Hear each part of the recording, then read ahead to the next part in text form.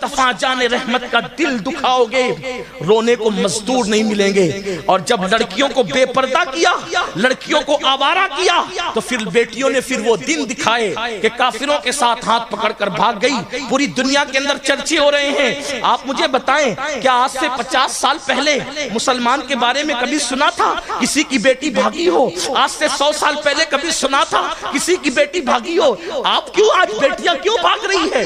آج چرچے ہو رہے ہیں. حالانکہ میں یہ بات کہنا چاہتا ہوں, اس پر ٹی وی میں ڈیبیٹ ہم کرنے کے قطعاً قائل نہیں ہے, اخبارات میں لکھنے کے قطعاً قائل نہیں ہے کہ مسلمانوں کی بیٹیاں بھاگ رہی ہے. میں یہ بات آج بھی کہنا چاہتا ہوں, پوری دنیا کی سروے کر لیا جائے, جتنی مسلمانوں کی بیٹیاں آج بھی باحیا ہے, کسی قوم کی بیٹی باحیا نہیں ہے, لیکن چند ایک کی وجہ سے پوری دنیا میں لوگوں کو بدنامی ہو رہی ہے. میرے آقا علیہ السلام کے دیوانوں, آؤ مجھے ایک مسلم بیٹی یاد آ رہی ہے. اگر حالانکہ میرا عنوان وہ نہیں, لیکن بات کیا یاد آ گئی تو عرض کروں. آج ہم نے بیٹیوں کی تربیت کے لیے کیا خیال کیا؟ سیریل دکھا کے تربیت کر رہے ہو, اللہ اکبر, نچنیوں کو دکھا کے تربیت کر رہے ہو, فلمیں دکھا کے تربیت کر رہے ہو. واللہ بیٹی ہے, بیٹی بیٹی بیٹی کو سمجھا کیا ہے؟ بیٹی جنت ہے. پیدا ہو تو ماں باپ کے لیے جنت, جوان ہو جائے اور نیک عورت کی شکل میں تو شوہر کے لیے جنت, ماں بن جائے تو اس کے قدموں میں جنت ہے. واللہ کیسی بات ہے, کیسی عظیم بات ہے. بیٹی جنت, یہ جنت ہے, لیکن بیٹی نیک ہونی چاہیے. بیٹی بیٹی ہو, آگ کی بیٹی نہ ہو, وہ بیٹی ہونی چاہیے. بیٹیوں نے باپ کا سر فخر سے کتنا اونچا کیا ہے. اگر میں بیٹی کی حیثیت سے ایک ایسی خاتون کی بات کروں, اللہ اکبر, جن کے بابا سید الانبیاء ہے, تاجدار کون و مکان ہے, قائد المرسلین ہے, سید العالمین ہے.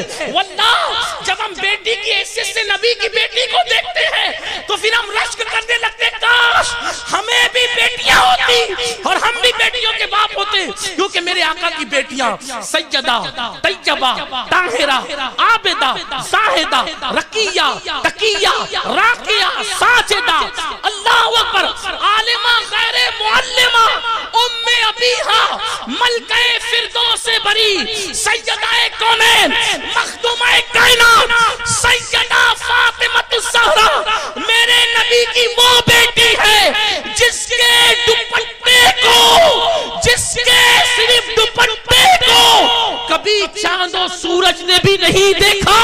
یہ میرے نبی کی بیٹی ہے.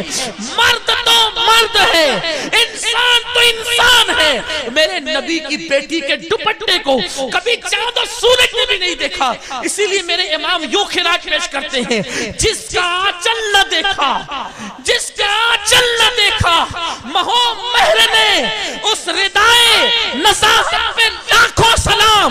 اللہ اکبر, اللہ اکبر. اسی لیے آقا فرماتے ہیں, فاطمہ نے اپنی طہارت و عصمت کی ایسی حفاظت کی کہ اس کے تقوی کی برکت سے قیامت تک کہ اس کی اولاد پر اللہ نے جہنم کی آگ کو حرام کر دیا.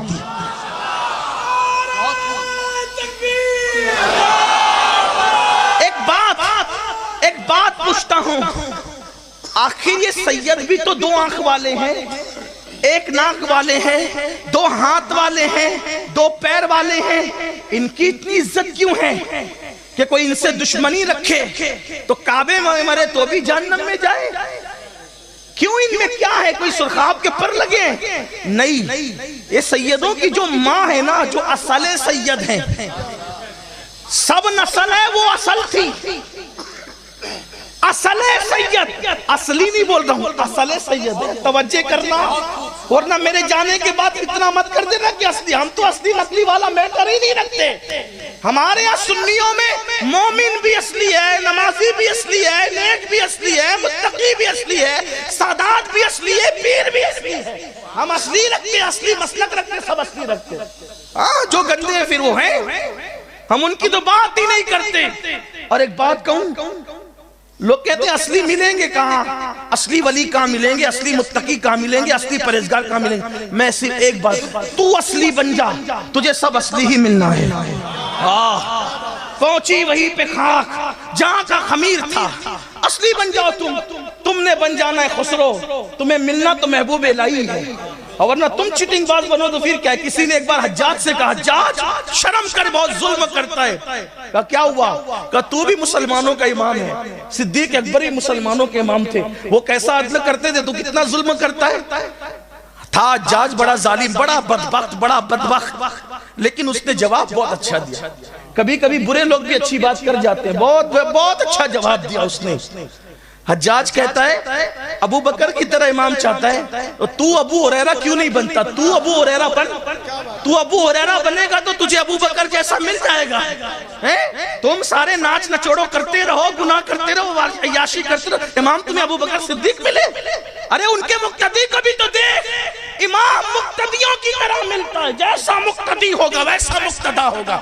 اسی لیے تو ہم نبی کے ہر صحابی کا احترام کرتے ہیں, کیونکہ جیسا مقتدی ہوتا ہے ویسا مقتدا ہوتا ہے. ہم مقتدا کو دیکھتے ہیں کہ مقتدا میں کوئی عیب نہیں ہے, تو ہم بالکل کہہ دیتے ہیں جب مقتدا بے عیب ہے تو مقتدی بھی بے عیب ہے.